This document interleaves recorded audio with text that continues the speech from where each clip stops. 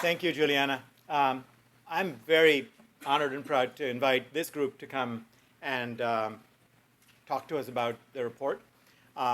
It's great to see this wonderful group of people that has gotten together. We've got this blue ribbon thing is truly blue. We've got state representatives, mayors from both towns, Great Lafayette Chamber folks, leaders of our community here. So I thank you all for coming. I've enjoyed this task force greatly. I'm not an expert in immigration. I happen to be an immigrant, and maybe that's all that matters. But it's just been a joy to be part of this, to learn so many different perspectives. The president of the National Association of Sheriffs, or something like that, he's part of it. The Chicago Archdiocese has a representative there, and so on. So it's been just a very interesting group to talk to and to learn from. And so the reason we're here is the report is due to be completed by the end of this year, but the Chicago Council wants very much to be to have it be a very representative report of the regions it's representing, the 9-state area. And so I think they're doing these local discussions, and I'm hoping that we will have a good discussion from the audience as well and some good comments so that we can actually inform the report. And Tamar Jacoby, who's the author of the report for all of us, on behalf of all of us, is here, and I'm hoping that you will give her interesting perspectives to take back with her and incorporate into the report. The draft report has been distributed. There were copies outside. If anyone didn't get a copy or so, just send one of us an email and we can share that with you. And we're very happy to incorporate your feedback into it. So I think that's probably enough introduction for what the report is, because Tamar will talk about it. And then we have a wonderful set of panelists that will make brief remarks just to respond to the report, give us their perspectives, and then we're hoping there's a fair amount of time for all of you to chime in as well. So with that, I invite Tamar here. She's the president and CEO of Immigration Works USA. She's a very well-known author of several books. She's a senior fellow at the Manhattan Institute. And I've actually enjoyed getting to know Tamar at these task force meetings because she brings a very deep understanding of the issue of immigration and is a great spokesperson for the group. So Tamar, please.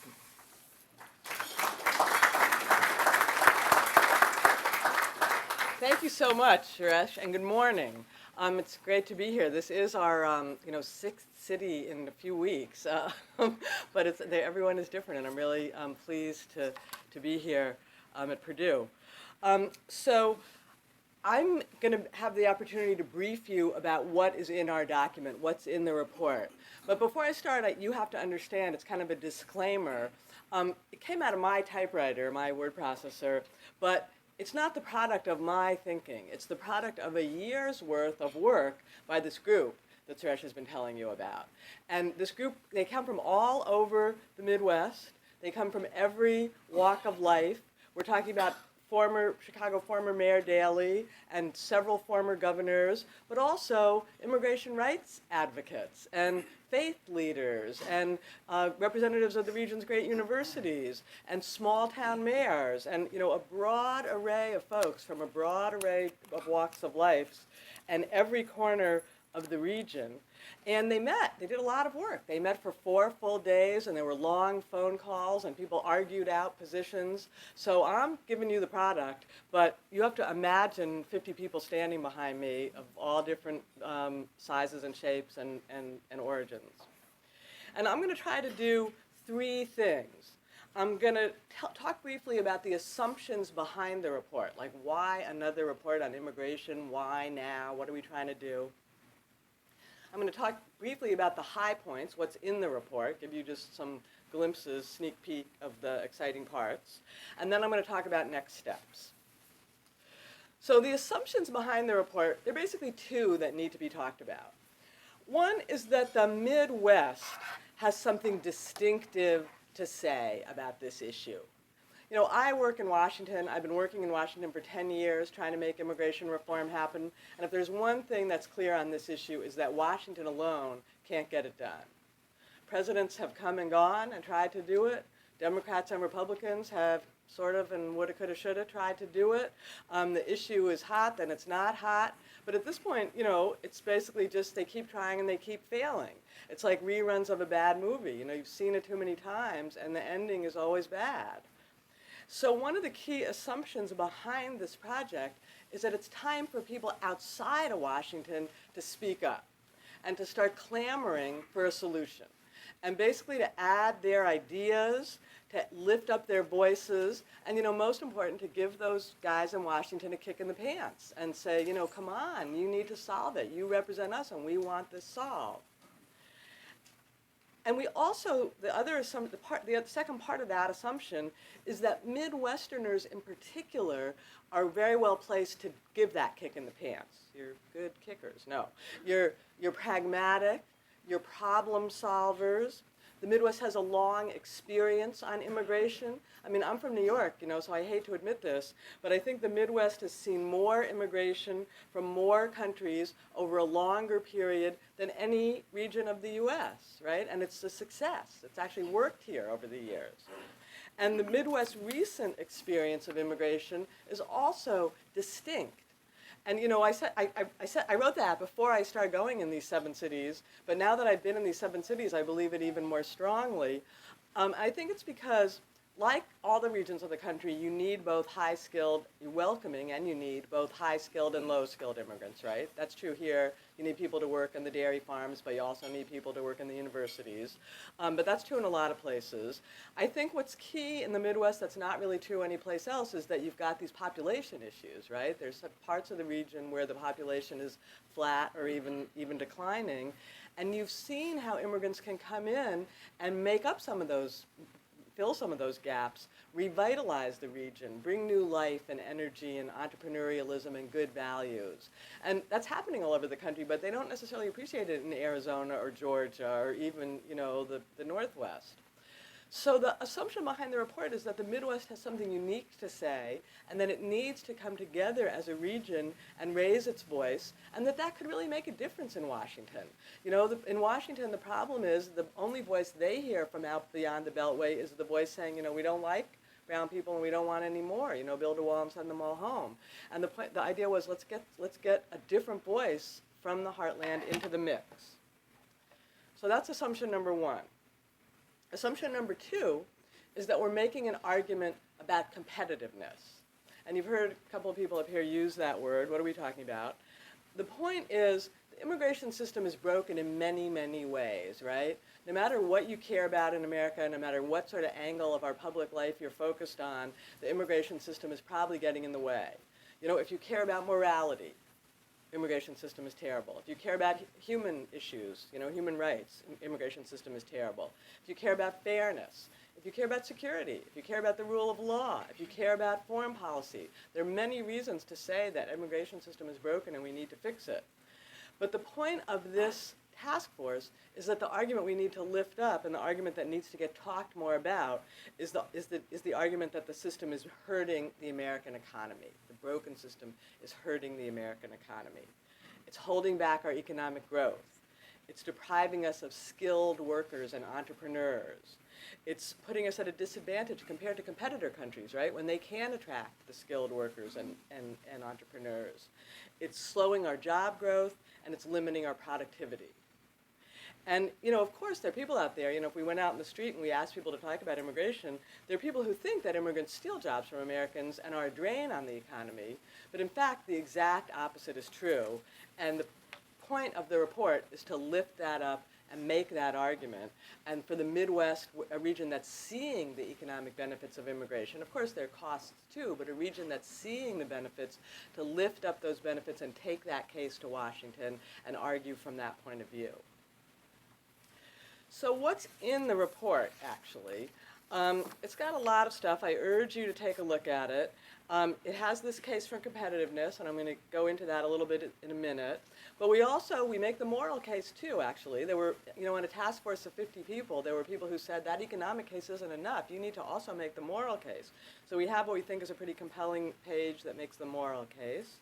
We have human interest spotlights that come from all over the region, that bring out the reality of immigration in the region, the benefits of immigrants, the efforts that the region is making. I was just talking to Susan Thorpe.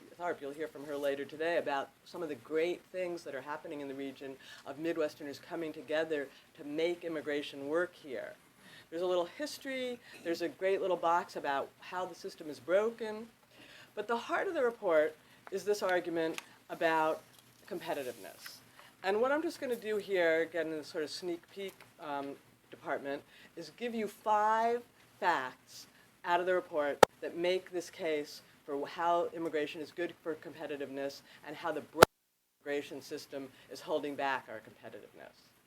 So fact number 1, according to the Indiana-based Lumina Foundation, the United States will not be globally competitive in 2025 unless 60%, 60, of Americans hold college degrees. 60. Of course, we need other people too, right? We need people who have vocational skills, and we need all kinds of skills, but we need 60% to have college degrees. Well, guess what? The number today is 38%. And the U.S. used to be number 1. We used to lead in this in the world. We're no longer number 1. Many other countries are ahead of us. We need to catch up. Obviously, we need to be educating Americans too, not just importing immigrants with college degrees, but we need to do both, or we're not going to get to that 60. Fact number 2, according to a 2011 survey by Deloitte and the National Association of Manufacturers. So just think about it for a minute. 2011, we were at 9% unemployment, right? Americans all over the country out of work. But what the survey looked at was U.S. manufacturing companies and whether they were having trouble filling skilled jobs. So even at 9% unemployment, there were 600,000 open skilled positions in U.S. manufacturing. Need it to train Americans to fill that, but can't do it alone with just Americans. We need immigrants to help as well. Fact number 3, and this is my favorite because people really don't expect this one. In 1960, right, not that long ago, I was alive, half of the U.S.-born men in the labor force, U.S.-born in the labor force, half were high school dropouts. Today, less than 10% of the U.S.-born men in the labor force are high school dropouts. But we still need people to do unskilled work. We still need people on farms and in meat processing and in hospitality and all kinds of businesses where we just don't have enough unskilled Americans. Immigrants can help. Immigrants can fill those jobs and help sustain jobs for Americans and the next step up the ladder, the foremen and the managers. Fact number 4, according to the Bureau of Labor Statistics, the occupations that will grow fastest between 2010 and 2020 are home health care aides and personal care aides. And I don't know about any of you, but I know that in my family and my circle, nobody is raising their kids to be a home health care aide or a personal aide. I mean, maybe they should be, but they're not. And immigrants can help us fill those jobs and take care of us and our aging parents.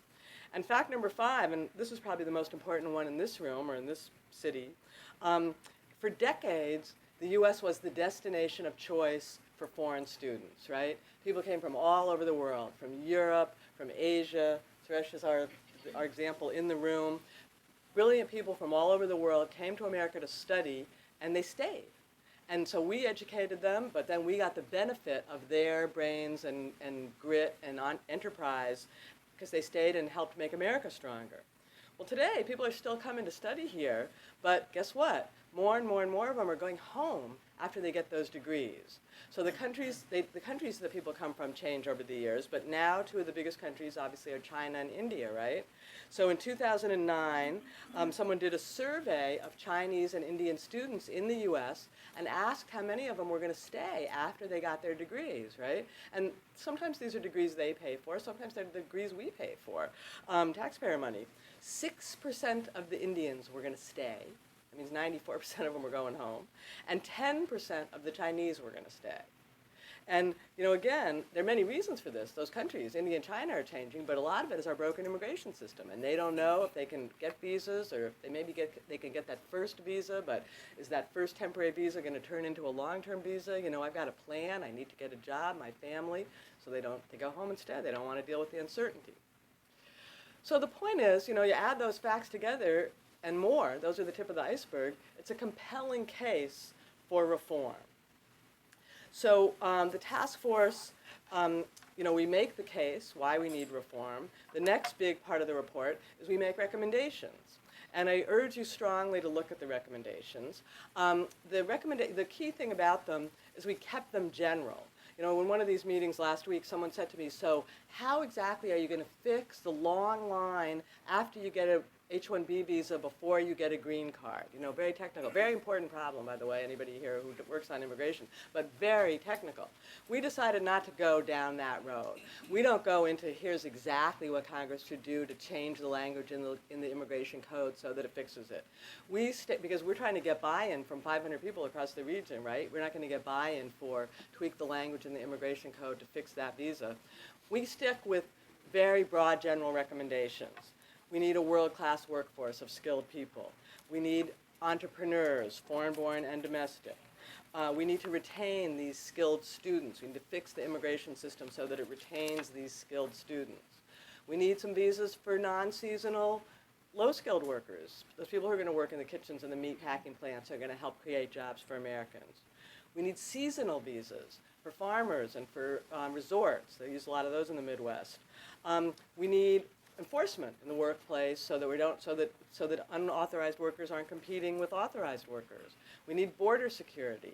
We need a permanent answer for the children brought to the U.S. illegally as children. They got a temporary answer now, but we need a permanent answer now. We need a path to citizenship for them and their parents. And we need to help immigrants become Americans. We need better integration and assimilation mechanisms and services. So we covered the whole waterfront, right? We covered all the broad area of need. And the most important thing, and this is really the last thing I'll say about the report, the surprising thing at the heart of the report, and kind of one of the most controversial things in the group, and really I think ultimately the headline, when they write the newspaper stories about the report, this is what they're going to focus on, is a political point. Politics, right? Politics. So as many of you know, if any of you have been involved in the immigration fight, for years the rallying cry has been comprehensive immigration reform. And what that meant was, let's take all these 8 pieces that I just talked about, and let's put them in one big Christmas tree package and do it all together. Pass the whole fix together, comprehensive, omnibus. Put the unskilled workers and the skilled workers and the enforcement and the students, put them all in one package and pass it together. And the theory behind that, and I was part of this in Washington in the last decade, was you need to solve all those problems, right? You don't want to leave any of those groups out. If we just do the easy thing and do the high-skilled workers, you're going to leave behind the dairy workers. Or if we just do fixing the legal visa system, you're going to leave out the unauthorized people. Or if we just do the enforcement, you're going to leave out everything else. So the theory was you need everything. And the other theory was we'll never get it over the finish line if we don't have the votes from all the different factions that are unhappy. So you need the industries who need more PhDs, and you need the dairy farmers who need more workers working together to get it passed. That was a good theory. The only problem is it didn't work. It's 10 years later, and we didn't pass a bill.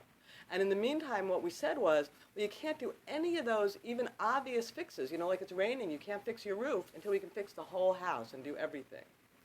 So the conclusion that we finally came to after a lot of soul searching and a lot of argument on the task force, and I mean serious argument, I won't say people weren't talking to each other, but they were definitely at odds, was that yes, we still need all those pieces, right? We can't leave any of those things out. We can't leave any of those groups out. But, and this is our important but, and this is our headline, if Congress can't find the will and can't figure out how to combine all those people in one big fix, and all those pieces of the puzzle in one big fix, for goodness sake, start trying to fix the problem. Do what pieces you can. Make some little changes here and some little changes there and build up some momentum that way. And our theory was that this would actually build momentum. You know, the fear for a decade has been that that will take away momentum if we do little fixes. Our theory was, well, maybe that could build momentum.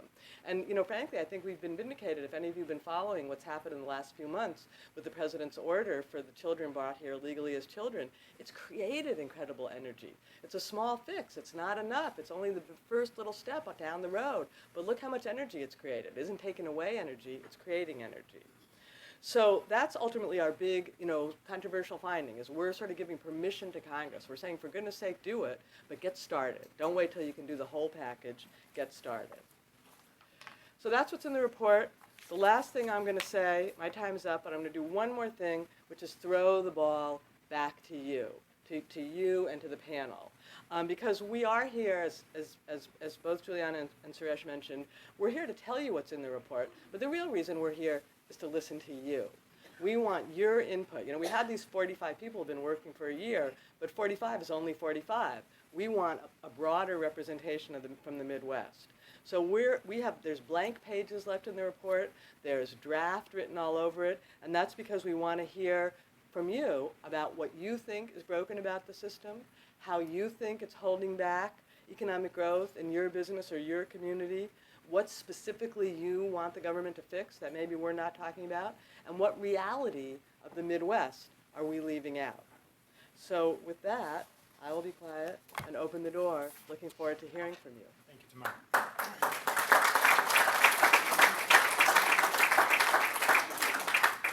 So you've heard Tamar, and she wants to hear from the community.